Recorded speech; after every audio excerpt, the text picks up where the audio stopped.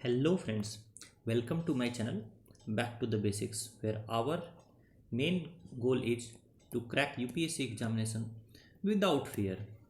इस डर को भगाइए, अपने चेहरे पर स्माइल लाइए, मेहनत करिए और एग्ज़ाम निकालिए। दोस्तों, इसी क्रम में अभी हम लोग geography related MCQs question solve कर रहे हैं और हमारा आज का टॉपिक है विंड सर्कुलेशन। विंड सर्कुलेशन हमारा आज का टॉपिक है, इसी से रिलेटेड हम लोग MCQs सॉल्व करेंगे। दोस्तों, मेरा नाम है आनंद मोहन।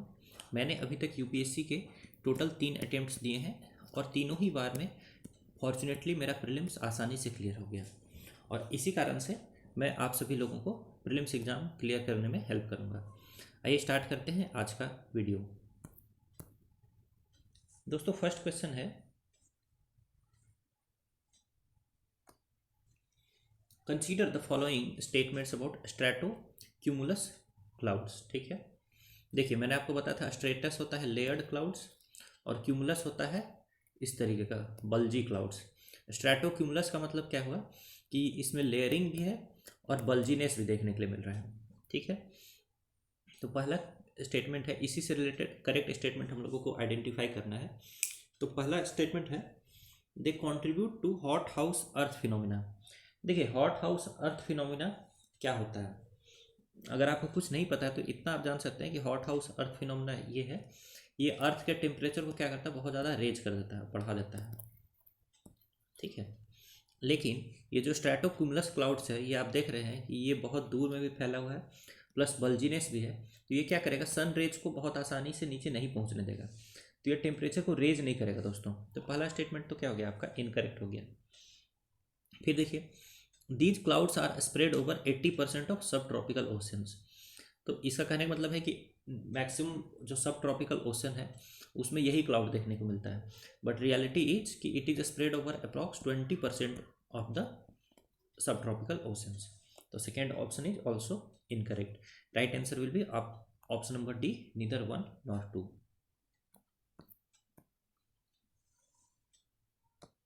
देखिए, hot house earth is a term used to describe a scenario in which human activity causes a higher global temperature than at any time during the past 1.2 million years। यानी वो temperature को काफ़ी ज़्यादा बढ़ा देगा। ठीक है, लेकिन stratocumulus clouds prevent earth from hot house phenomena by reflecting sunlight back into the space. ठीक है, तो आइए क्वेश्चन सेकेंड में चलते हैं।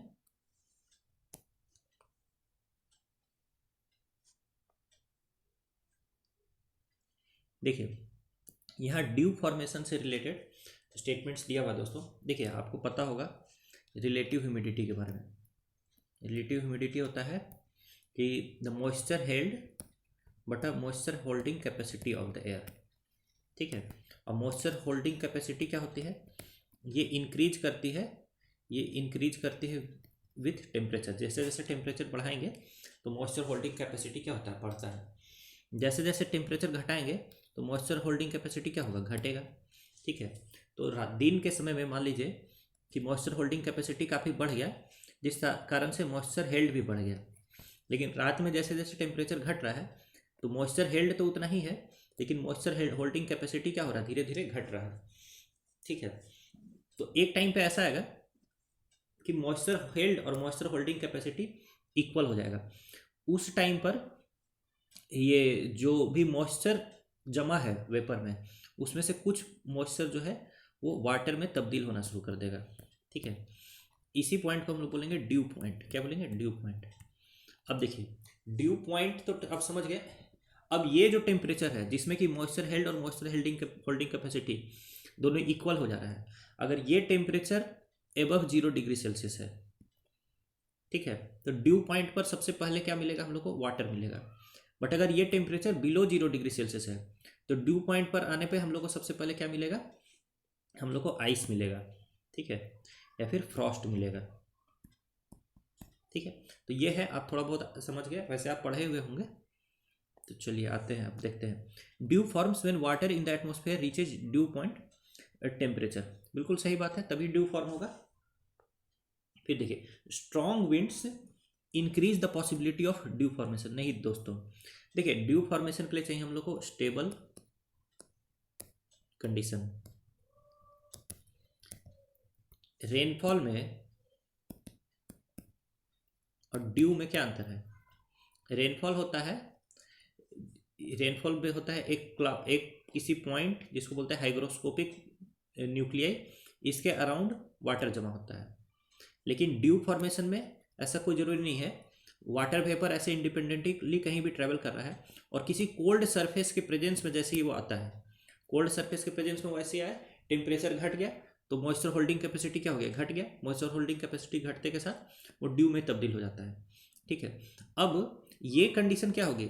जब अगर अनस्टेबल कंडीशन रहेगा, स्ट्रॉन्ग विंड्स रहेगी, तो ड्यू जो वेपर है वो किसी एक सरफेस के पास में ज़्यादा देर तक रहेगा ही नहीं, ज़्यादा देर तक रहेगा ही नहीं, तो वहाँ पर ड्यू फॉर्मेशन नहीं होगा। आप देखते होंगे जो घास होती है सुबह सुबह ठंडी के दिनों में, उसके ऊपर आपको ड्यू नजर आता है। चलिए, तो second statement is wrong. Third देखिए, dew formation makes plants more resilient to hot and dry conditions. बिल्कुल सही बात है, क्योंकि पत्तों पर क्या जमा हो जाता है? ड्यू जमा हो जाता है। पत्तों पर ड्यू जमा हो गया तो वहाँ से पत्ते उस थोड़ा थोड़ा क्या करते हैं? वाटर एब्जॉर्ब कर लेते हैं, फिर वो रेडी हो जाते हैं हॉट एंड ड्राई कंडीशंस के लिए। Third statement is true. Right answer is option number C, 1 and 3।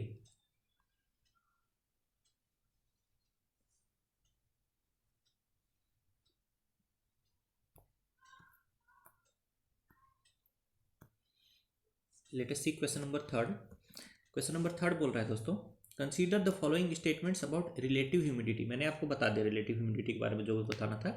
It is moisture held बटा मॉइस्चर होल्डिंग कैपेसिटी।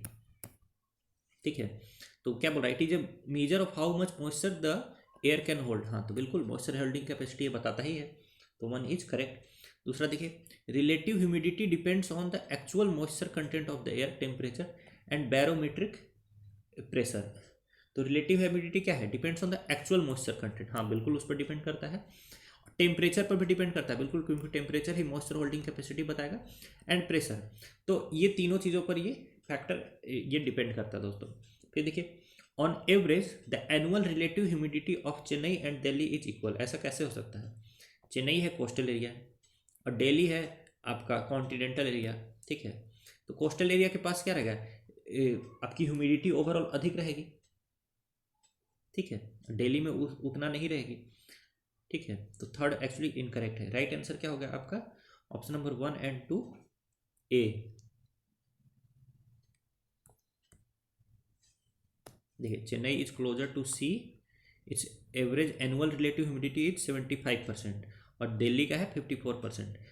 चलिए, ये परसेंट वगैरह आपको नहीं जानना जरूरी नहीं है, लेकिन आप ये तो बता सकते हैं ना कि चेन्नई समुद्र के नज़दीक है, तो वहाँ पर रिलेटिव ह्यूमिडिटी हमेशा अधिक ही होगी।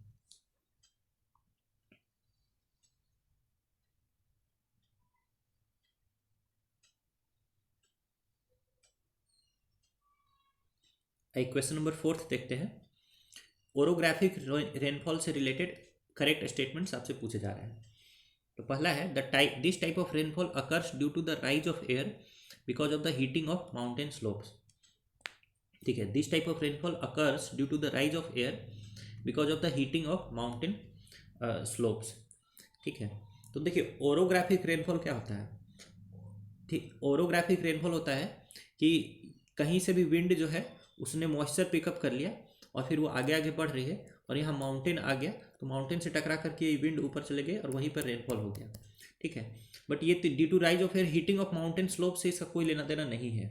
ठीक है, पहला स्टेटमेंट क्या है आपका? इनकरेक्ट। दूसरा देखिए, most of the rainfall occurring in India is of this nature.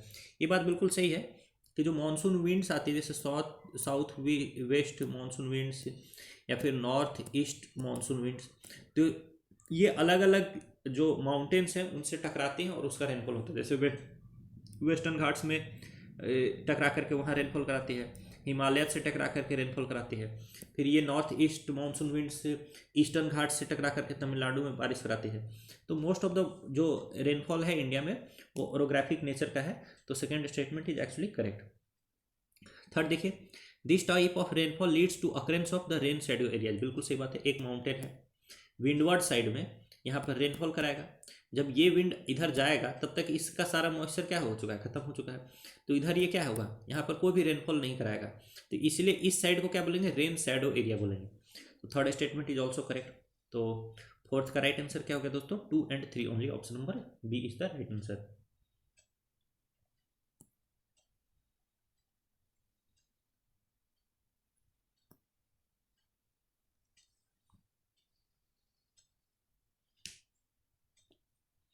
आइए क्वेश्चन नंबर 5 देखते हैं दोस्तों। ठीक है, बहुत सारे टाइप ऑफ फॉग की बात की जा रही है और उनसे रिलेटेड आपका करेक्ट स्टेटमेंट पूछा जा रहा है। पहले तीनों स्टेटमेंट को पढ़ लेते हैं। Advection fog is formed because of the cooling of ground and adjacent air. फिर देखिए, radiation fog is formed because of the transportation of warm moist air over cold surfaces. फिर frontal fog occurs along the front separating cold and warm air masses. देखिए, third तो correct है। Frontal fog कहाँ form होगा? जहाँ front होगा, front यानी cold और एयर मास जहाँ टकराएगा, कोल्ड और वार्म एयर मास टकराएगा, वहीं फ्रंट बनेगा और वहीं फ्रंटल फॉग बनेगा।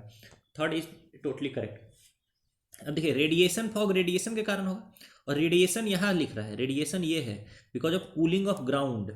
रेडिएशन का मतलब, रेडिएशन कब होता है? जब अर्थ की कूलिंग होती है।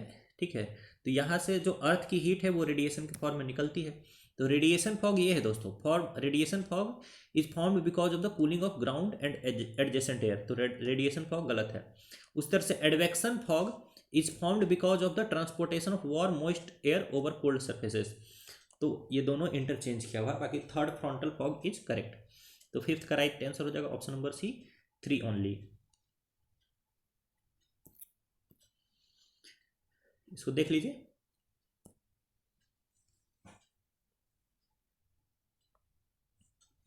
आइए क्वेश्चन नंबर 6 देखते हैं। देखिए, यहाँ बहुत सारे लोकल विंड्स के नेम दिए हुए हैं और वो किस रीजन के लोकल विंड्स हैं वो बगल में लिखा हुआ है और हमें बताना है कि इसमें से करेक्ट कौन सा है। तो सबसे पहले देखिए, सेंटा एंड कैलिफोर्निया का है, थर्ड इज करेक्ट।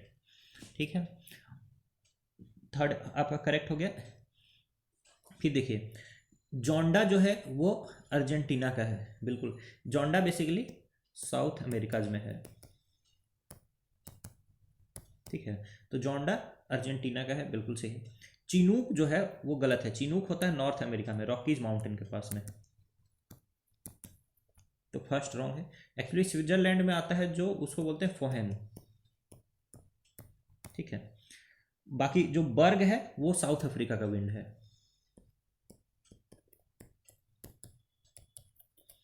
तो फोर्थ भी इनकरेक्ट है।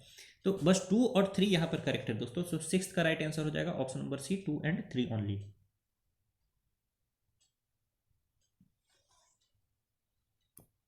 रीजन वाइज जो भी लोकल विंड्स हैं उसको आप लिख करके याद कर लीजिए। एक क्वेश्चन नंबर 7 देखते हैं।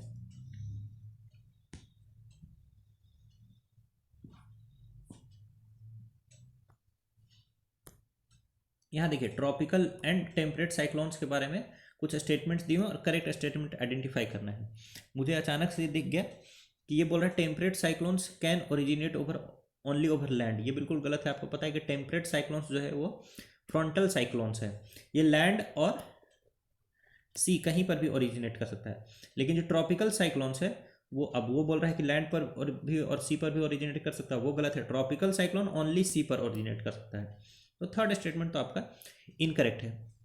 फिर देखिए, both tropical and temperate cyclones can be so wide that they can cover an area equivalent to Europe. Second is also wrong. आपको पता है कि ट्रॉपिकल साइक्लोन जो है वो उतना बड़ा एरिया कवर नहीं कर सकता है। टेम्परेट साइक्लोन तो कर सकता है, टेम्परेट साइक्लोन काफ़ी बड़ा होता है, लेकिन ट्रॉपिकल साइक्लोन रिलेटिवली काफ़ी छोटा एरिया कवर करता है दोस्तों।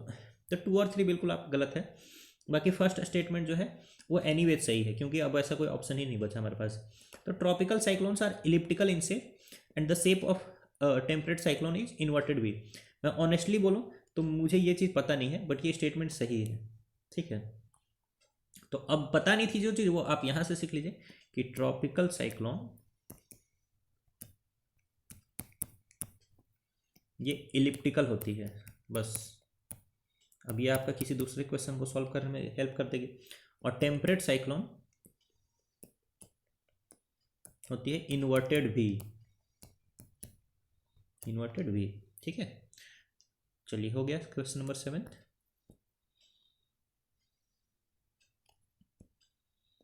आई क्वेश्चन नंबर 8 देखते हैं हम लोग।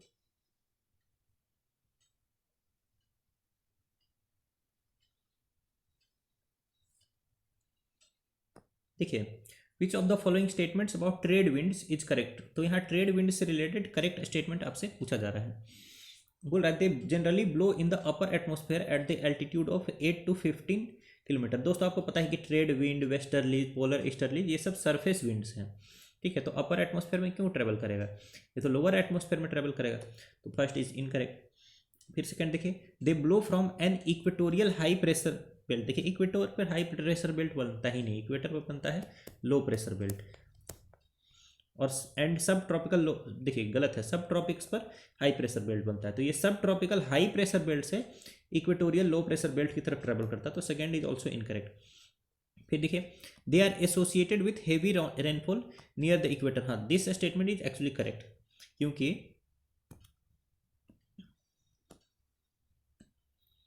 ये 0 डिग्री है, ठीक है। इधर से नॉर्थ ईस्टर्न ट्रेड विंड आती है, इधर से साउथ ईस्टर्न ट्रेड विंड आती है। दोनों यहाँ पर डोल्ड्रम के पास में ऊपर रेज करते हैं और यहाँ पर खूब सारा रेनफॉल कराती है दोस्तों। तो third statement is actually correct. तो 8th का right answer is option number C.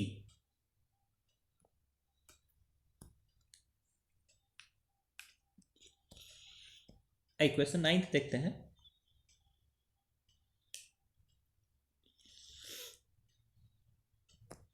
Again यहाँ वेस्टर्लीज के बारे में पूछा जा रहा है दोस्तों। तो वेस्टर्लीज के बारे में करेक्ट स्टेटमेंट आपको बताना है। They blow from sub tropical low pressure belt to sub polar high pressure belt. आपको पता है कि सब ट्रॉपिक्स पर लो प्रेशर बेल्ट नहीं होती है, सब ट्रॉपिकल हाई प्रेशर बेल्ट से ये सब पोलर लो प्रेशर बेल्ट की तरफ ट्रेवल करती है। तो ये सब चीज़ें ध्यान रखिएगा, सिर्फ इतने देख करके आंसर नहीं करना है, उसके आगे भी देखिए। सब ट्रॉपिकल लो प्रेशर बेल्ट कहाँ होता है, सब ट्रॉपिकल हाई प्रेशर बेल्ट होता है। और सब पोलर हाई प्रेशर बेल्ट नहीं होता, सब पोलर लो प्रेशर बेल्ट होता है। तो first statement is incorrect. Second देखिए, they have considerable influence over British type of climate. बिल्कुल, जो ब्रिटेन है, ठीक है, तो इधर से वेस्टर्ली जाती है, उसके कोस्ट पर सालों भर बारिश कराती रहती है। तो सेकंड स्टेटमेंट इज करेक्ट। फिर देखिए, westerlies in the southern hemisphere are stronger and more constant in direction. बिल्कुल सही बात है, क्योंकि साउदर्न जो हेमिस्फेयर है वो ओशियन डोमिनेटेड हेमिस्फेयर है, ठीक है। तो आपको पता है कि एयर को अगर रेजिस्टेंस ना मिले, ठीक है, तो वो क्या होगी, स्पीड उसकी बढ़ते जाएगी। तो वहाँ कॉन्टिनेंट्स है नहीं, तो उसको रेजिस्टेंस नहीं मिलता है, इसीलिए आपको वहाँ पर रोरिंग 40s, फ्यूरियस 50s और श्रीकिंग 60s, मतलब ये वहाँ पर जो ब्लो होने वाले जो विंड है उसको ये नाम दिया गया है। 40 डिग्री लैटिट्यूड पर वो इतने फास्ट ब्लो करते हैं कि उनको रोरिंग 40s बोलते हैं, यानी गरजता हुआ 40s। फिर फ्यूरियस 50s यानी गुस्सैल 50 डिग्री लैटिट्यूड पर गुस्सैल 50 और श्रीकिंग 60, मतलब तीनों जो है आप समझ सकते हैं कि काफ़ी फास्ट होते हैं नॉर्दर्न हेमिस्फेयर में जो वेस्टर्लीज ब्लो कर रही है उनसे ज़्यादा। तो फिर 9th का राइट आंसर क्या होगा, option number B 2 and 3 only. तो देख लीजिए,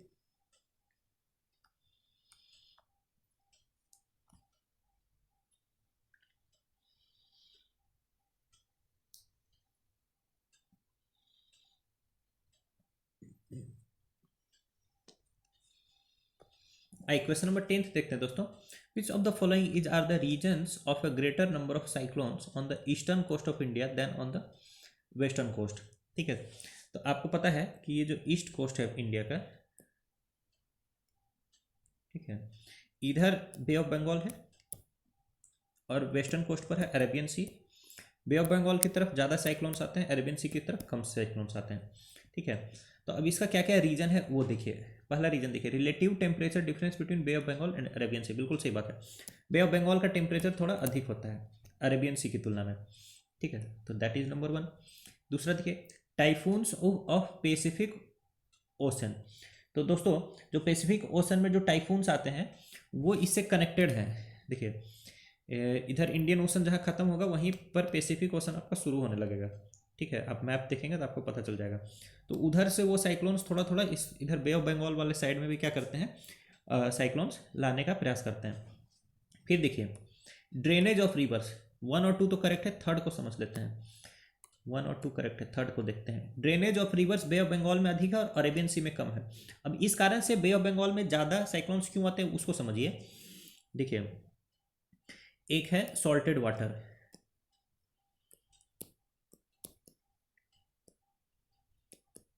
ठीक है, और एक है अनसॉल्टेड वाटर, या फिर थोड़ा यहाँ पर लेस सॉल्टेड वाटर होगा, ठीक है, इसको डाइल्यूट वाटर बोलते हैं। ठीक है, आपको पता है कि जितनी इम्प्योरिटी ज़्यादा होगी उतना ही उसका बॉइलिंग पॉइंट क्या होगा, हाई होगा, और जितनी ही इम्प्योरिटीज कम होगी उतना ही इसका बॉइलिंग पॉइंट क्या होगा, हाई होगा, और जितनी ही जो वाटर है वो डाइल्यूट होगा, यानी इम्प्योरिटीज यानी सॉल्ट कम होगा, उतना ही उसका बॉइलिंग पॉइंट क्या होगा, लो होगा। बॉइलिंग पॉइंट यानी वो टेम्परेचर जिस पर वाटर किस में बदल रही है, वेपर में बदल रही है, वाटर बदल रही है वेपर में, बॉइलिंग पॉइंट पर। अब देखिए अरेबियन सी में नदियाँ नहीं आ रही है, अरेबियन सी में नदियाँ नहीं आ रही हैं, तो क्या है वहाँ का सैलिनिटी हाई है, सैलिनिटी हाई है यानी उसकी इम्प्योरिटी हाई है, उसकी इम्प्योरिटी हाई है तो उसका बॉइलिंग पॉइंट भी क्या होगा, हाई होगा, बॉइलिंग पॉइंट हाई होगा तो वहाँ उतने ज़्यादा वाटर वेपर नहीं बनेंगे।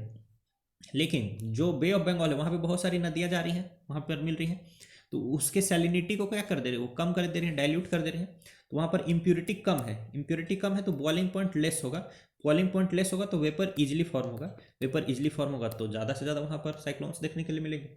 ठीक है, तो third is also responsible for more cyclone in the bay of Bengal then the Arabian sea. तो राइट आंसर क्या होगा, टेंथ का ऑप्शन नंबर डी 1, 2 एंड 3।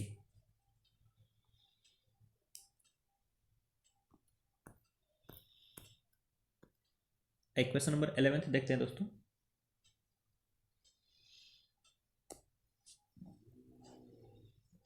देखिए, विच of the following statements about south west monsoon in India is correct.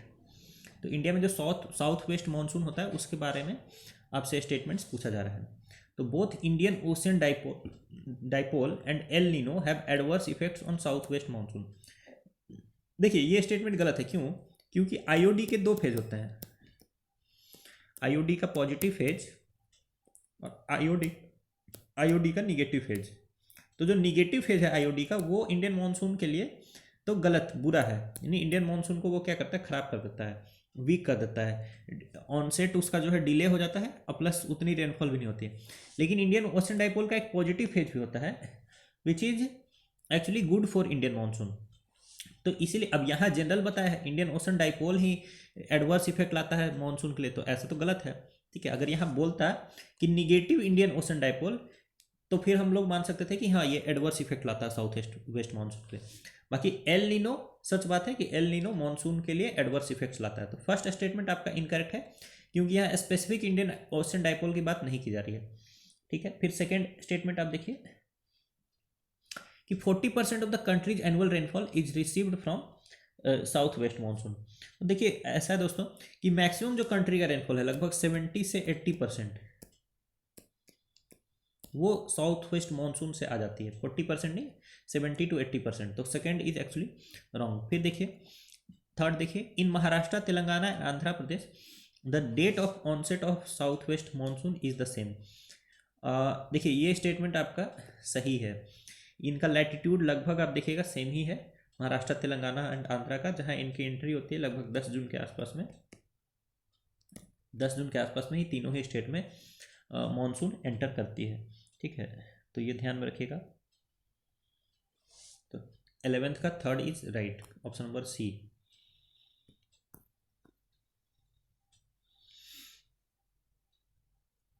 देखिए इस तरह से आप याद रखिए, ये मई में ये रहती है श्रीलंका में, फिर स्टार्टिंग जून में ये इंडिया में एंटर कर जाती है। ठीक है, फिर 5 जून के आसपास ये केरला के साउदर्न बॉर्डर तक आ जाती है, 10th जून के आसपास ये महाराष्ट्र, आंध्रा और तेलंगाना इन सबको टच करती है दोस्तों। तो ये सही था स्टेटमेंट थर्ड वाला।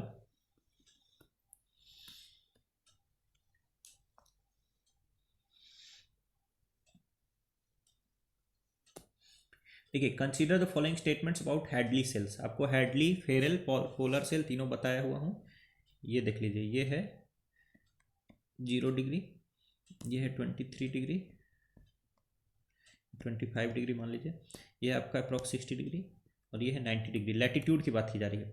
इधर भी ऐसा बनेगा, साउथ में भी, उधर अपन बनाएंगे नहीं। तो यहाँ से आपकी नॉर्थ ईस्ट ट्रेड विंड आ रही है, ये ऊपर राइज कर रही है, ऊपर राइज होकर के ये इधर जाएगी और इधर जाएगी। इधर वाला हम लोग नहीं बनाएंगे, ये साउथ वाला नहीं बनाएंगे, नॉर्थ वाला बनाएंगे। फिर ये यहाँ पर सबसाइड करेगी और थोड़ा सा आगे बढ़ेगी, नहीं ये यहाँ पर सबसाइड करेगी दोस्तों, ठीक है। यह सबसाइड करके यहाँ से इधर साउथ की तरफ जाएगी यानी इक्वेटर की तरफ, और इधर नॉर्थ की तरफ जाएगी यानी सब ट्रॉपिकल, ये सब पोलर लो प्रेशर बेल्ट की तरफ। फिर यहाँ से फिर ये राइज करेगी, ठीक है। यहाँ पर राइज करके फिर ये इधर जाएगी और इधर जाएगी, फिर ये नीचे आएगी, फिर ये इधर आएगी।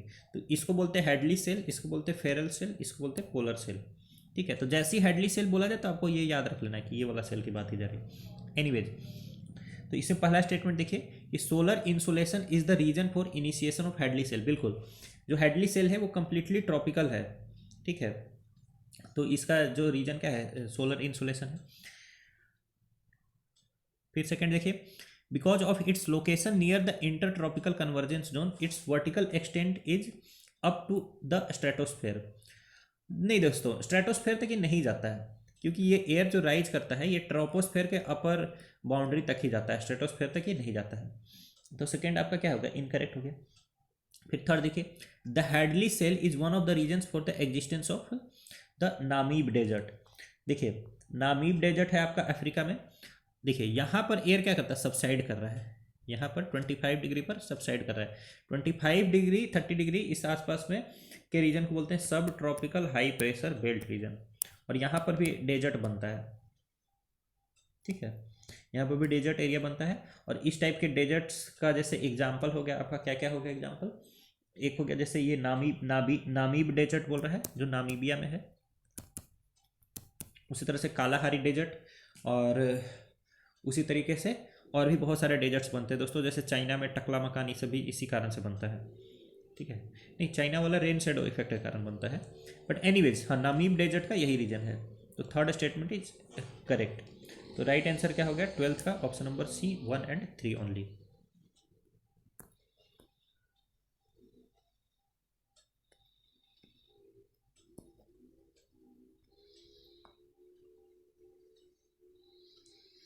क्वेश्चन नंबर 13 देखते हैं। Consider the following statements about tropical cyclones. तो जो ट्रॉपिकल साइक्लोन्स हैं उनके रिगार्डिंग स्टेटमेंट्स आपसे पूछे जा रहे हैं। पहला क्या है, the eye of a tropical cyclone is a region of calm and subsiding warm air. बिल्कुल सही बात है कि जो आई होता है वहाँ पर एयर सबसाइड करता है, ठीक है। और यहाँ पर बिल्कुल आपको काम सिचुएशन देखने के लिए मिलेगी, ठीक है। और इसका जो वॉल होता है यहाँ से एयर राइज करता है वॉल, और इधर आपको खूब सारा रेनफॉल सब कुछ देखने के लिए मिलेगा। तो फर्स्ट स्टेटमेंट क्या है आपका, करेक्ट है। दूसरा देखिए, tropical cyclones generally do not have lightning, ठीक है। तो देखिए, जब साइक्लोन बनता है, साइक्लोन की फॉर्मेशन में ये जो इसका वॉल देखा जा रहा है ना, तो इस वॉल वाले रीजन में एयर ऐसे ऐसे ऐसे ऐसे घूम घूम कर ये ऊपर जाता है, ठीक है। तो ऊपर जाते जाते तक ये क्या करता है, अपनी बहुत सारी एनर्जी को लूज कर चुका होता है, जिस कारण से ये लाइटनिंग प्रोड्यूस नहीं कर पाती है। कभी कभी कर सकती है, बट जनरली चूंकि बोला जा रहा है तो this is right, generally they do not produce lightning. तो second statement is also correct. तो 13th का right answer is option number C, both 1 and 2। Lightning क्यों नहीं प्रोड्यूस करती है, क्योंकि मैक्सिमम जो एनर्जी है वो लोग पहले ही लूज कर चुके होते हैं।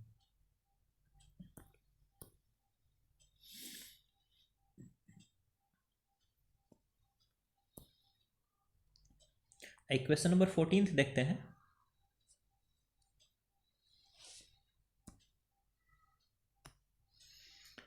Consider the following statements about western disturbances.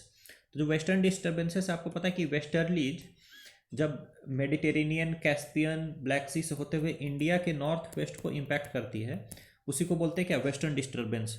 ये विंटर रेनफॉल लेकर के आती है इंडिया के नॉर्थ वेस्ट में, विंटर रेनफॉल, ठीक है। तो इसका पहला स्टेटमेंट देखिए, western disturbances move towards north west India under the influence of tropical easterly jet stream. बिल्कुल गलत। जो ट्रॉपिकल ईस्टर्ली जेट स्ट्रीम है ये है समर फिनोमिना। ये कब आता है, समर में। ये ऑनसेट ऑफ मॉनसून इसी से शुरू होता है, ठीक है। मॉनसून से जो पहली बरसात होती है वो होती है ट्रॉपिकल ईस्टर्ली जेट स्ट्रीम से। तो आप समझ सकते हैं कि मॉनसून से पहली बरसात कब हो रही है, गर्मी के दिनों में। और वेस्टर्न डिस्टर्बेंसेस इंडिया में रेनफॉल आ रहे हैं ठंडी के दिनों में। तो ये स्टेटमेंट क्या है आपका, गलत हो गया। वेस्टर्न डिस्टर्बेंस का ट्रॉपिकल ईस्टर्ली जेट स्ट्रीम से लेना देना नहीं है। फिर आप अपना दूसरा स्टेटमेंट देखिए, they usually get moisture from Mediterranean and Atlantic Ocean. बिल्कुल सही बात है। Second statement is correct. फिर देखिए high pressure over Ukraine helps in formation of western disturbances. ठीक है, यूक्रेन के पास हाई प्रेशर रहेगा और इंडिया के आसपास नॉर्थ वेस्ट में लो प्रेशर रहेगा, तो उधर यूक्रेन की तरफ से इधर वेस्टर्न डिस्टर्बेंसेस आपको देखने को मिलेंगे। तो third statement is actually correct.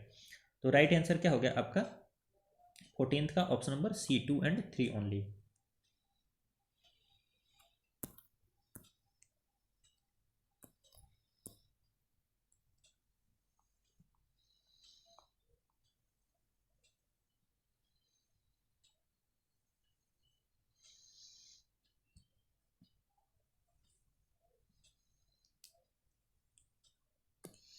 देखिए यहाँ पे एक टर्म है ओमेगा ब्लॉक, इसके बारे में करेक्ट स्टेटमेंट आपसे पूछा जा रहा है।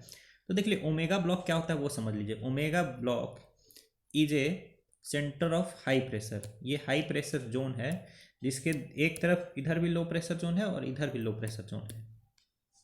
ठीक है, तो बस आप ये समझ लीजिए ये हाई प्रेशर जोन है जिसके जो कि सैंडविच्ड है between two low pressure Jones.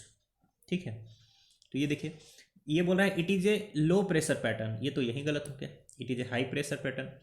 फिर दूसरा देखिए because of the omega block cold air from southern Europe and Africa can be pulled north.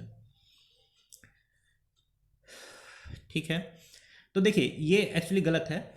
जो ओमेगा ब्लॉक है इसके कारण से साउदर्न यूरोप और अफ्रीका से कोल्ड एयर नहीं बल्कि हॉट एयर वार्म एयर को नॉर्थ में पुल किया जाता है। ठीक है, तो second statement is also incorrect. फिर थर्ड देखिए formation of omega blocks leads to formation of Spanish plume.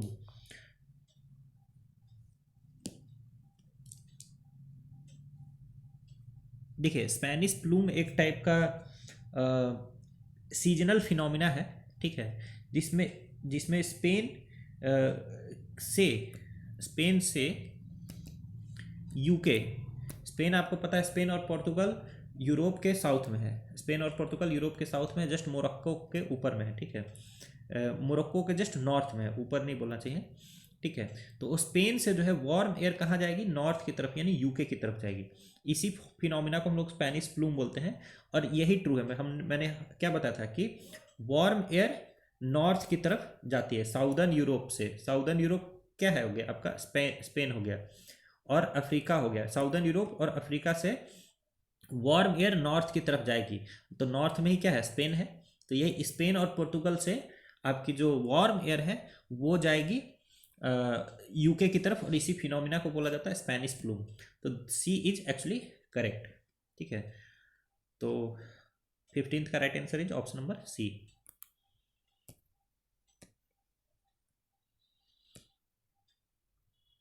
देख लीजिए क्वेश्चन नंबर 16 देखते हैं।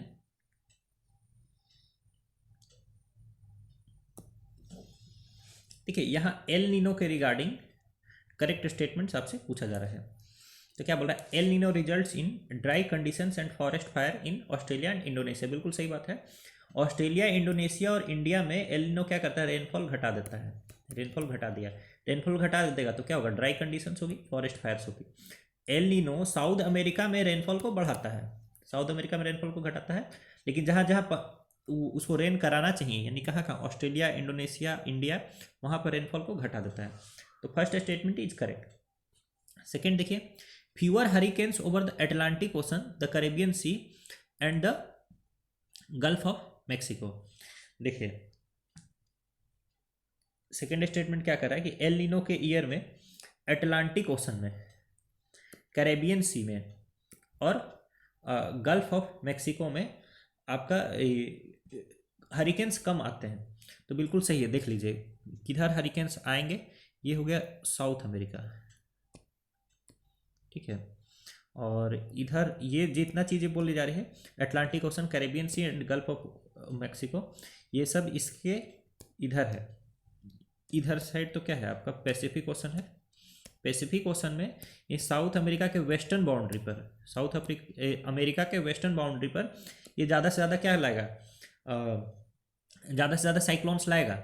लेकिन साउथ अमेरिका के ईस्टर्न बाउंड्री की तरफ ये क्या करेगा हरिकेन्स को साइक्लोन्स को ये क्या करेगा घटा देगा। ठीक है। तो समझ लीजिए कि साउथ अमेरिका की वेस्टर्न बाउंड्री मोर डिस्टर्ब होगी और ईस्टर्न बाउंड्री लेस डिस्टर्ब होगी। और ईस्टर्न बाउंड्री में ही आपको क्या अटलांटिक ओशन देखने के लिए मिल रहा है, इधर गल्फ ऑफ मैक्सिको देखने को मिल रहा है और कैरिबियन सी सब कुछ देखने के लिए मिल रहा है। तो सेकेंड इज ऑल्सो करेक्ट। फिर थर्ड देखिए, bleaching of corals in the Lakshadweep island. ठीक है, बिल्कुल सही बात है कि एल नीनो ईयर में क्या होता है कि वाटर लेवल घट जाता है, वाटर लेवल घट जाएगा थोड़ा सा, ठीक है, और टेम्परेचर बढ़ जाएगा। टेम्परेचर बढ़ेगा तो क्या होगा, कोरल की ब्लीचिंग हो जाएगी। तो 16th का right answer is option number D, 1, 2 and 3।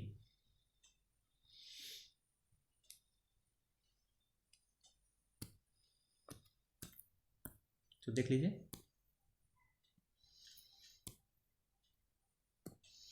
देखिए वॉकर सर्कुलेशन की बात की जा रही है। वॉकर सर्कुलेशन क्या है ये समझ लीजिए बस। यहां पर है आपका साउथ अमेरिका, इधर है ऑस्ट्रेलिया, इधर कहीं है इंडिया, इधर इंडोनेशिया वगैरह सब कुछ है। तो वॉकर सर्कुलेशन का अर्थ क्या है कि यहां से विंड और ओशियनिक करंट्स जो है इधर आ रही है और इधर रेनफॉल करा रही है। ठीक है, यहाँ ऑस्ट्रेलिया के पास, इंडोनेशिया के पास, ये सब ये नेचुरल कंडीशन हो गया। वॉकर सर्कुलेशन का मतलब कि ऐसी विंड जो कि इधर से इधर आ रही है, साउथ अमेरिका से ऑस्ट्रेलिया, इंडोनेशिया और इंडिया की तरफ विंड आ रही है और इन सभी जगहों पर वो रेनफॉल करा रही है। This is Walker circulation. अब ये बोल रहा है Walker circulation is formed due to development of pressure gradient from west to east. देखिए इस पूरे सर्कुलेशन में आप बताइए कि वेस्ट किधर होगा, इधर होगा वेस्ट और इधर होगा ईस्ट। तो हम लोग को west to east pressure gradient force नहीं चाहिए, हम लोग को प्रेशर ग्रेडियंट फोर्स चाहिए ईस्ट टू वेस्ट, तभी तो वॉकर सर्कुलेशन होगा। तो पहला स्टेटमेंट तो क्या होगा आपका, इनकरेक्ट हो गया। फिर देखिए, years of Walker circulation are beneficial for the people of Peru. ठीक है,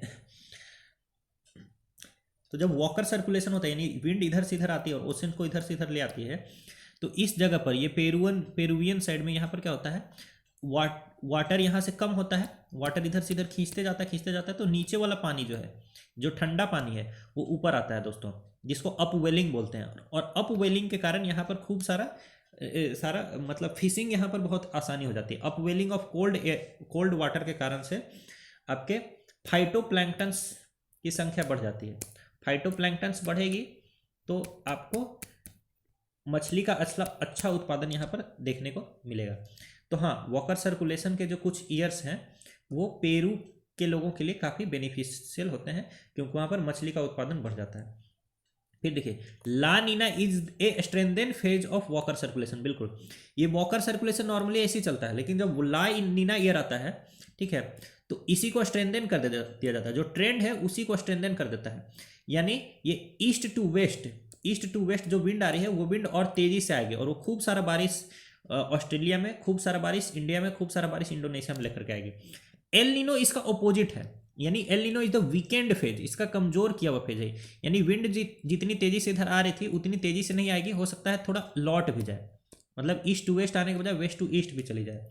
ठीक है, तो El Nino is the weakened phase of Walker circulation and La Nina is the strengthened phase of Walker circulation.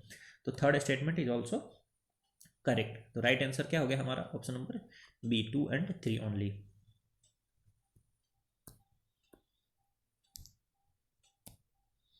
तो देख लीजिए,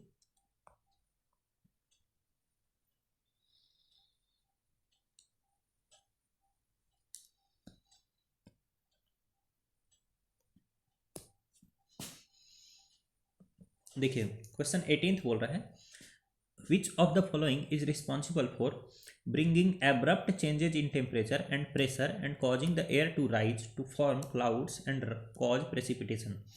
तो अचानक से क्लाउड फॉर्मेशन और बारिश कराना, बारिश होगा तो ऑब्वियसली टेम्परेचर तो घट ही जाएगा। ठीक है, तो इन चीज़ों को कराने वाला इनमें से कौन सा एजेंट है। तो सबसे पहली बात, कोरियोलिस फोर्स से इसका कोई लेना देना नहीं है, जियोस्ट्रॉपिक विंड से कोई लेना देना नहीं है। देखिए ऑक्लूडेड फ्रंट्स क्या होता है इस पर ध्यान दीजिएगा। ऑक्लूडेड फ्रंट का मतलब ये है, ये हो गया आपका वार्म एयर मास, ये हो गया कोल्ड एयर मास। ऑक्लूडेड फ्रंट का मतलब क्या है कि warm air mass cold air मास से टकरा करके पूरा ऊपर चला गया, पूरा जैसे ही जाएगा वार्म एयर मास ऊपर, एक तो इसके पास खूब सारा मॉइस्चर है, ठीक है, तो ये मॉइस्चर जैसे जैसे ऊपर जाएगा, ऊपर क्या करके टेम्परेचर होगा कम, ठीक है, ऊपर जाकर टेम्परेचर कम होगा तो क्लाउड फॉर्मेशन होगी और रेनफॉल होगा। तो ये जो फेनोमेना बोल रहा है वो रिलेटेड टू है ऑक्लूडेड फ्रंट्स। तो 18th का राइट आंसर क्या होगा दोस्तों, option number C, occluded fronts. Occluded fronts का मतलब है कि ये warm air mass cold air mass के ऊपर चढ़ गया, ठीक है। तो 18th का right answer is option number सी।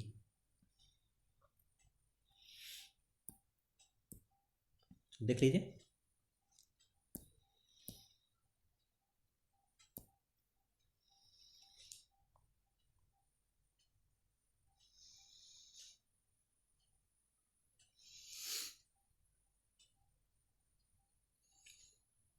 आइए क्वेश्चन नंबर 19 देखते हैं। Under which of the following conditions tropical cyclones are formed and intensified. Simply बात है, ट्रॉपिकल साइक्लोन्स के आप कंडीशंस जानते होंगे, ठीक है। पहला है प्रेजेंस ऑफ कोरियोलिस फोर्स, बिल्कुल सही बात है, कोरियोलिस फोर्स होना जरूरी है। दूसरा बोल रहा है larger variations in the vertical wind speed, गलत बात है।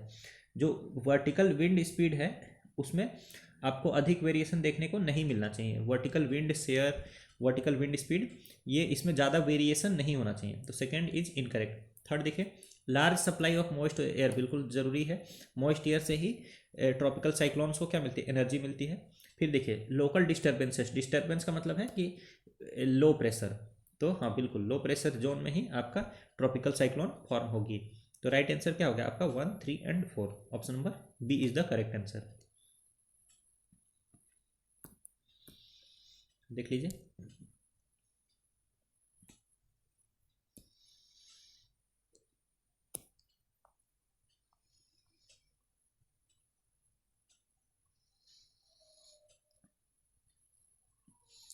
आइए क्वेश्चन 20 देखते हैं। The pattern of planetary winds depends upon which of the following factors. तो प्लानिटरी विंड्स होती हैं, यानी जैसे trade winds, westerlies, polar easterly, ठीक है। तो इनका पैटर्न जो है वो किन फैक्टर्स पर डिपेंड करता है। तो पहला बोल रहा है इमरजेंस ऑफ प्रेशर बेल्ट्स, बिल्कुल, जैसे इक्वेटोरियल लो प्रेशर बेल्ट से, इक्वेटोरियल लो प्रेशर बेल्ट से एयर राइज करता है, तो इसीलिए सब ट्रॉपिकल हाई प्रेशर बेल्ट से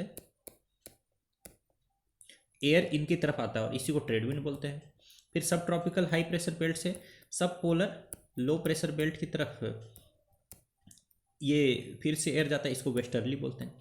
तो बिल्कुल प्रेशर बेल्ट्स पर ये डिपेंड करता है। दूसरा देखिए rotation of earth, rotation of earth और कोरियोलिस फोर्स दोनों एक ही चीज़ है। रोटेशन ऑफ अर्थ के कारण ही कोरियोलिस फोर्स भी देखने के लिए मिलता है, और ये आपके प्लानिटरी विंड्स के डायरेक्शन को मतलब बताने में हेल्प करते हैं दोस्तों, ठीक है। तो इसका राइट आंसर क्या होगा, option number D, 1, 2 and 3 all.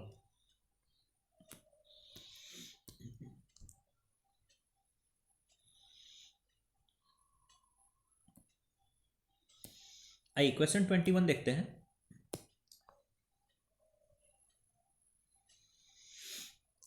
Consider the following statements about due formation. Due formation से रिगार्डिंग स्टेटमेंट्स पूछा जा रहा है, करेक्ट स्टेटमेंट्स पूछा जा रहा है। ड्यू फॉर्मेशन कैसे होता है मैंने आपको पहले ही बता दिया। अब देखिए पहला स्टेटमेंट है, in the process of due formation it is necessary that the due point is above the freezing point. बिल्कुल, अगर ड्यू पॉइंट फ्रीजिंग पॉइंट से एबव नहीं रहेगा तो आपका ड्यू नहीं फॉर्म होगा, फिर आपका फॉर्म होगा आइस। वैसे इसको आइस नहीं बोलते, इसको बोलते हैं फ्रॉस्ट, ठीक है। तो पहला स्टेटमेंट आपका क्या है, करेक्ट है कि ड्यू फॉर्मेशन के केस में ड्यू पॉइंट होना चाहिए फ्रीजिंग पॉइंट से एबव, तो 1 इज राइट। फिर देखिए the ideal conditions for the formation of white frost are the same as those for dew formation, ठीक है। तो कंडीशन सेम ही है। देखिए ये है आपका relative humidity is equal to moisture held बटा मॉइस्चर होल्डिंग कैपेसिटी, ठीक है। तो ड्यू भी तभी बनेगा जब रिलेटिव ह्यूमिडिटी के केस में जो मॉइस्चर हेल्ड है वो मॉइस्चर होल्डिंग कैपेसिटी से क्या हो जाए, इक्वल हो जाए। मॉइस्चर होल्डिंग कैपेसिटी डिपेंड करती है टेम्परेचर पर। जैसे जैसे टेम्परेचर घटेगा तो मॉइस्चर होल्डिंग कैपेसिटी क्या होगी, होल्डिंग कैपेसिटी घटेगी। तो जिस टाइम पर मॉइस्चर होल्डिंग कैपेसिटी घट घट के मॉइस्चर हेल्ड के बराबर हो जाएगी, उसी टाइम पर क्या बन जाएगा, ड्यू बन जाएगा, ठीक है। और उसी टाइम पे फ्रॉस्ट भी बनेगा। बस ड्यू तब बनेगा जब ये टेम्परेचर इसके ऊपर हो जाए, 0 डिग्री सेल्सियस के ऊपर हो जाए, और फ्रॉस्ट तब बनेगा जब ये टेम्परेचर 0 डिग्री से नीचे हो जाए। तो कंडीशन सेम है कि मॉइस्चर होल्डिंग कैपेसिटी और मॉइस्चर हेल्ड ये इक्वल हो जाना चाहिए। तो बेसिक कंडीशन जो है वो सेम है, ठीक है, ड्यू फॉर्मेशन की या फिर फ्रॉस्ट फॉर्मेशन की। बस फ्रॉस्ट के केस में क्या है कि ड्यू पॉइंट 0 डिग्री से नीचे होता है, और ड्यू के कंडीशन में ड्यू पॉइंट 0 डिग्री से ऊपर होता है। तो राइट आंसर क्या हो गया, 2 का बोथ करेक्ट है, ठीक है। तो 21 का right answer is option number C, both 1 and 2।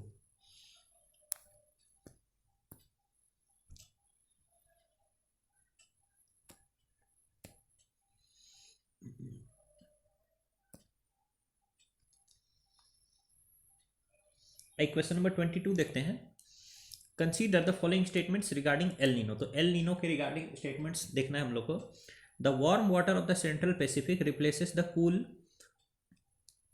Peruvian current, ठीक है। तो एल नीनो ईयर में यही होता है दोस्तों, आपको पता है कि जो वॉकर सेल था, इधर से वार्म वाटर को इधर ले आ रहा था, ये क्या हो जाता है, वीक हो जाता है। कई बार इधर से ईस्ट टू वेस्ट तो छोड़ दीजिए, west to east wind move करने लगता है, और यहाँ पर खूब सारा वार्म वाटर जमा हो जाता है, ठीक है। तो कूल पेरुवियन करंट को वार्म वाटर रिप्लेस कर देता है, 1 इज करेक्ट। सेकेंड देखिए, heavy rainfall is seen along the arid west coast of South America. बिल्कुल, एल नीनो ईयर्स में यहाँ ऑस्ट्रेलिया, इंडोनेशिया और इंडिया के पास रेनफॉल ना हो करके यहाँ साउथ अमेरिका के वेस्ट कोस्ट में रेनफॉल होता है। तो second statement is also correct. फिर थर्ड देखिए, पहला सही है, दूसरा सही, तीसरा देखिए, during El Nino the usual upwelling of cold nutrient rich deep ocean water is significantly reduced. बिल्कुल रिड्यूस हो ही जाएगा, क्योंकि क्या है, ये अपवेलिंग क्यों होता है, क्योंकि यहाँ से पानी खींच लिया जाता है, यहाँ से पानी खींचा जाता है तो नीचे से पानी आता है उसको भरने के लिए। लेकिन एल नीनो ईयर्स में क्या हो रहा है, और इधर से वार्म वाटर आ रहा है इसको भरने के लिए, ठीक है। तो यहाँ पर अपवेलिंग नहीं देखने के लिए मिलेगी, ठीक है। और अपवेलिंग नहीं होती, इसी कारण से यहाँ पर फिश प्रोडक्शन भी कम हो जाता है, क्योंकि अपवेलिंग ऑफ कोल्ड वाटर के कारण फॉर्म होता है फाइटोप्लैंक्टन, जिसके कारण फिश प्रोडक्शन बढ़ती है। तो अपवेलिंग नहीं होती एल नीनो ईयर्स में, इसी कारण से यहाँ फिश प्रोडक्शन भी क्या हो जाता है, घट जाता है। तो third is also correct. Right answer is 22 का ऑप्शन नंबर डी।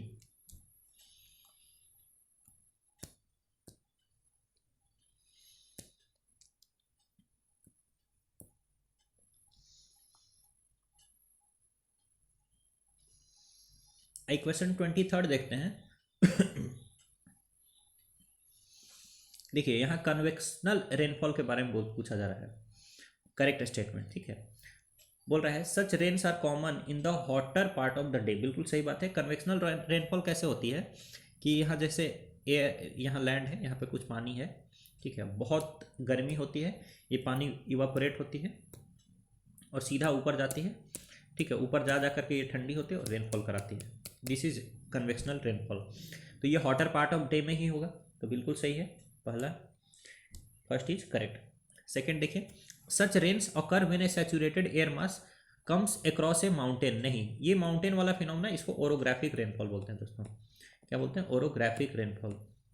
तो सेकेंड इज इनकरेक्ट। थर्ड देखिए, such rains occur in the interior of continents and in the equatorial regions. बिल्कुल सही बात है, ये इक्वेटर में और कॉन्टिनेंट्स के इंटीरियर में होता है, ठीक है। कॉन्टिनेंट्स के किनारे किनारे तो बाउंड्री वगैरह के आसपास में तो क्या होता है, ओरोग्राफिक रेनफॉल होता है, और इक्वेटोरियल रीजन्स वगैरह में क्या होता है, आपका कन्वेक्शनल रेनफॉल होता है। तो third statement is also correct. Right answer क्या होगा आपका 23 का सी, 1 and 3 ओनली।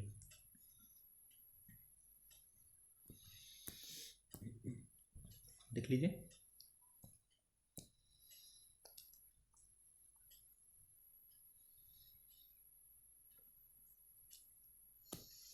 क्वेश्चन 24 देखते हैं। Consider the following statements regarding local winds. तो लोकल विंड्स के रिगार्डिंग स्टेटमेंट्स दिए हुए हैं। Sea breeze flows over the land during the night, ठीक है। Where is the land breeze, ये सब कुछ समझने की जरूरत नहीं, सिंपल। यहाँ देखिए, यहाँ लैंड है, और यहाँ सी है। दिन में क्या होगा, लैंड जल्दी गर्म हो जाएगा, यहाँ बन जाएगा लो प्रेशर, हवा चली जाएगी ऊपर, इसको भरने के लिए सी से ब्रीज आएगी, ठीक है। सी की तरफ है हाई प्रेशर, लैंड की तरफ है लो प्रेशर, तो सी की तरफ से लैंड की तरफ आपकी विंड आएगी, इसी को बोलेंगे सी ब्रीज। तो सी ब्रीज ब्लो करेगा डे में, और ये क्या बोल रहा है, सी breeze flows over the land during the night, तो पहला तो गलत ही हो गया, ठीक है। फिर दूसरा स्टेटमेंट देखते हैं, differences in the heating and cooling of earth surface is one of the factors responsible for formation of local or regional winds। बिल्कुल सही बात है। ये जैसे सी ब्रिज और लैंड ब्रिज भी फॉर्म हुआ, क्यों हुआ, क्योंकि जो लैंड सरफेस था वो जल्दी हीट हो गया, सी सरफेस देर से हीट होता है, ठीक है। उसी तरह से लैंड सरफेस जल्दी कूल भी हो जाता है और सी सरफेस देर से कूल होता है, तो यही कारण है रीजनल विंड्स के।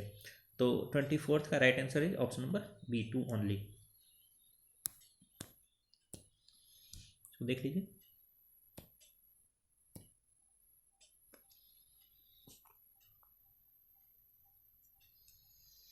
आइए 25th क्वेश्चन देखते हैं, रिगार्डिंग एक्स्ट्रा टॉपिकल साइक्लोन्स, और यहाँ पर इनकरेक्ट स्टेटमेंट आइडेंटिफाई करना है, ठीक है। एक्स्ट्रा ट्रॉपिकल साइक्लोन्स बोलते हैं हम टेम्परेट साइक्लोन को। अब इसके बारे में इतनी बात हो चुकी है कि इसका क्वेश्चन कभी गलत नहीं होना चाहिए आपसे।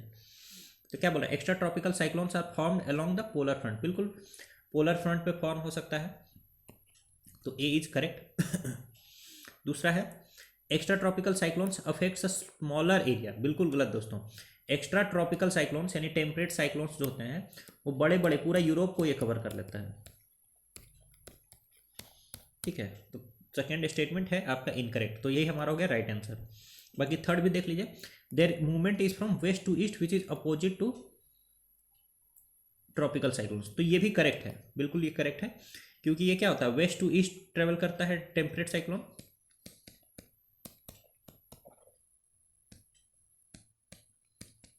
और tropical cyclone east to west travel करता है।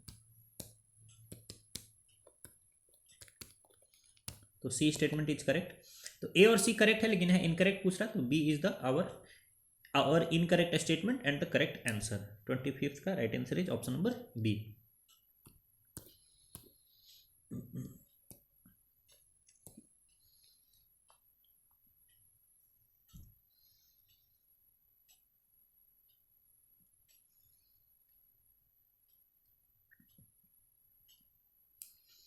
आइए क्वेश्चन 26 देखते हैं। Which of the following areas receive heavy rainfall of over 200 centimetre per annum. 200 centimetre से ज़्यादा रेन यानी बहुत ज़्यादा रेन है दोस्तों, और ये कुछ ही कुछ प्लेसेस में होता है, जैसे कि ये इक्वेटोरियल बेल्ट्स में होता है, बिल्कुल सही है। फिर western coast in the cool temperate zone, ये आपका ब्रिटेन वगैरह की बात करें, यहाँ पर भी होता है। फिर ये बोला coastal areas of the continents, देखिए ये बहुत जनरल स्टेटमेंट है, सिर्फ कोस्टल एरिया बोलने से नहीं पता चला, बहुत सारा कोस्टल एरिया ऐसा भी है जहाँ पर कि बारिश नहीं होती, वहाँ बिल्कुल ड्राई कंडीशन देखने के लिए मिलती है, जैसे पेरू, ठीक है।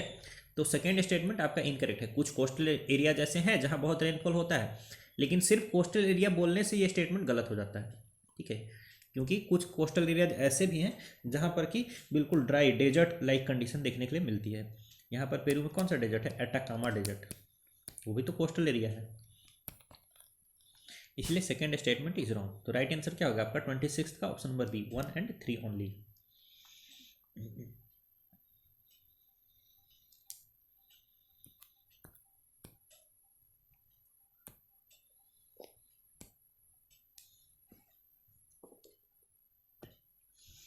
आई क्वेश्चन 27 देखते हैं, under which of the following conditions the process of condensation takes place. तो कंडेंसेशन की बात की जा रही है दोस्तों। कंडेंसेशन क्या है, जैसे क्लाउड फॉर्मेशन हुआ, ठीक है, तो क्लाउड फॉर्मेशन हुआ तो अब रेनफॉल होगा, या फिर हेल स्टॉर्म गिरेगा, या फिर फ्रॉस्ट बनेगा, या ड्यू बनेगा, ये सारा कुछ क्या कंडेंसेशन है, ठीक है। तो कंडेंसेशन के रिगार्डिंग आपसे स्टेटमेंट पूछा जा रहा है। कंडेंसेशन कब होगा, जब ये रिलेटिव ह्यूमिडिटी है, मॉइस्चर हेल्ड बटा मॉइस्चर होल्डिंग कैपेसिटी, ठीक है। तो जब रिलेटिव ह्यूमिडिटी हो जाएगा 100%, यानी मॉइस्चर हेल्ड जो है मॉइस्चर हेल्डिंग कैपेसिटी के बराबर हो जाएगा, तभी होगा।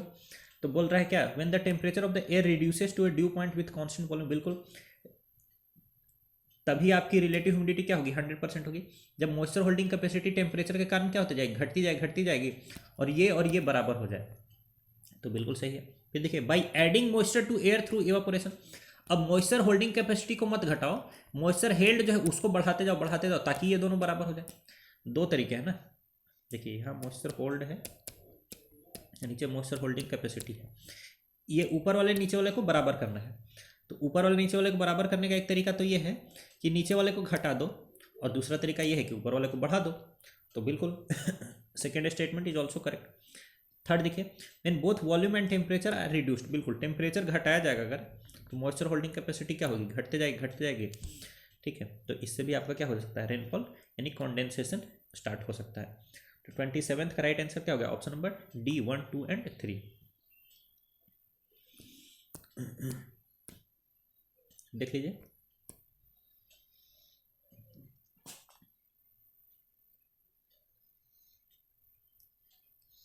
अब देखिए, अब ऐसा क्वेश्चन आप बिल्कुल गलत नहीं करेंगे क्योंकि कई बार ये डिस्कस हो चुका है। जैसे कि वेस्टर्न ऑस्ट्रेलिया में क्या आता है, वेस्टर्न ऑस्ट्रेलिया में आता है विली विलीज, ठीक है, तो ये तो करेक्ट है।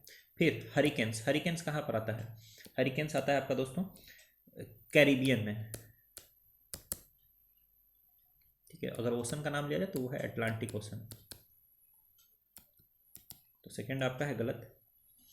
फिर टाइफून्स कहाँ पर आता है, तो टाइफून्स आता है साउथ चाइना सी में, और साउथ चाइना सी के आसपास जो ओशन है वो अटलांटिक नहीं, वो है पैसिफिक ओशन, ठीक है, तो ये भी गलत है। तो अब ये सब आप गलत नहीं करेंगे, ठीक है।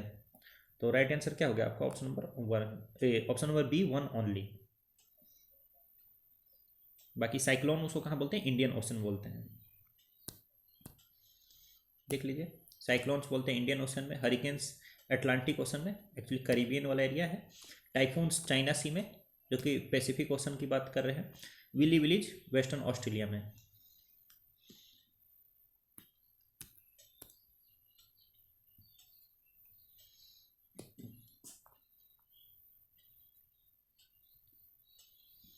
क्वेश्चन नंबर 29 देखते हैं। यहाँ थंडर स्टॉर्म्स के रिगार्डिंग आपसे स्टेटमेंट्स पूछा जा रहा दोस्तों। तो थंडर स्टॉर्म जो है, they occur over a very small area but are violent in nature, तो बिल्कुल सही बात है। जैसे टोर्नेडो जो होता है ना, वो भी एक थंडर स्टॉर्म है। आप इसके बारे में देखिएगा कि मिसिसिपी वैली में छोटे से एरिया में ही आता है, लेकिन ये क्या कितना ज़्यादा डिस्ट्रक्शन करता है। तो first statement is actually correct. फिर सेकेंड देखिए, a thunderstorm is a well grown cirro cumulus cloud producing thunder and lightning. दोस्तों, जब भी ऐसा कोई स्टॉर्म है जो खूब सारा बारिश सब कुछ करा रहा है, तो वहाँ पर क्या सीरो और क्यूमुलस से काम चल जाएगा, वहाँ पर हमें चाहिए निम्बस क्लाउड, नहीं चाहिए। आपको पता है कि रेन एसोसिएटेड है विथ ओनली निम्बस क्लाउड्स, ठीक है, तो वहाँ पर हम लोग को चाहिए क्यूमुलो निम्बस क्लाउड्स, यानी बहुत बड़ा सा निम्बस क्लाउड इसमें फॉर्म होता है थंडर स्टॉर्म के केस में। तो second statement is also, second statement is incorrect, first तो करेक्ट था। फिर थर्ड देखिए, when the clouds extend to heights where sub-zero temperature prevails, hails are formed and they come down as hailstorms, बिल्कुल सही बात है। जैसे पहला से दूसरा गलत है, तीसरा देखिए, थंडर स्टॉर्म के केस में क्या होता है, जो एयर होती है बहुत तेजी से ऊपर राइज करती है और क्यूमुलोनिम्बस क्लाउड बनाते हैं। क्यूमुलोनिम्बस क्लाउड का जो ऊपर वाला पार्ट है, यहाँ पर क्या है कि टेम्परेचर बहुत कम है, यानी 0 डिग्री से भी कम है। और मैंने आपको क्या बताया था कि अगर ड्यू पॉइंट 0 डिग्री से कम होगा तो जो कंडेंसेशन होगी वो किस फॉर्म में होगी, वो हेल के फॉर्म में होगी, मतलब वो बर्फ के फॉर्म में होगी, ठीक है। तो बर्फ के गोले गिरते हैं जिसको हम लोग हेल स्टॉर्म बोलते हैं। Third statement is correct. तो राइट आंसर क्या होगा आपका 1 एंड 3, ऑप्शन नंबर ए।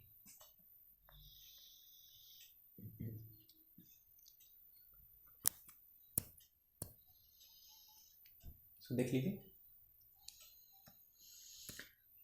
आइए क्वेश्चन 30 देखते हैं।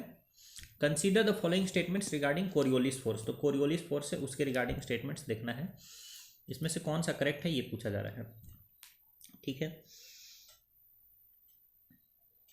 तो Coriolis force is directly proportional to the angle of latitude, बिल्कुल सही बात है। कोरियोलिस फोर्स है वो प्रोपोर्शनल होता है साइन ऑफ लैटीट्यूड के, ठीक है।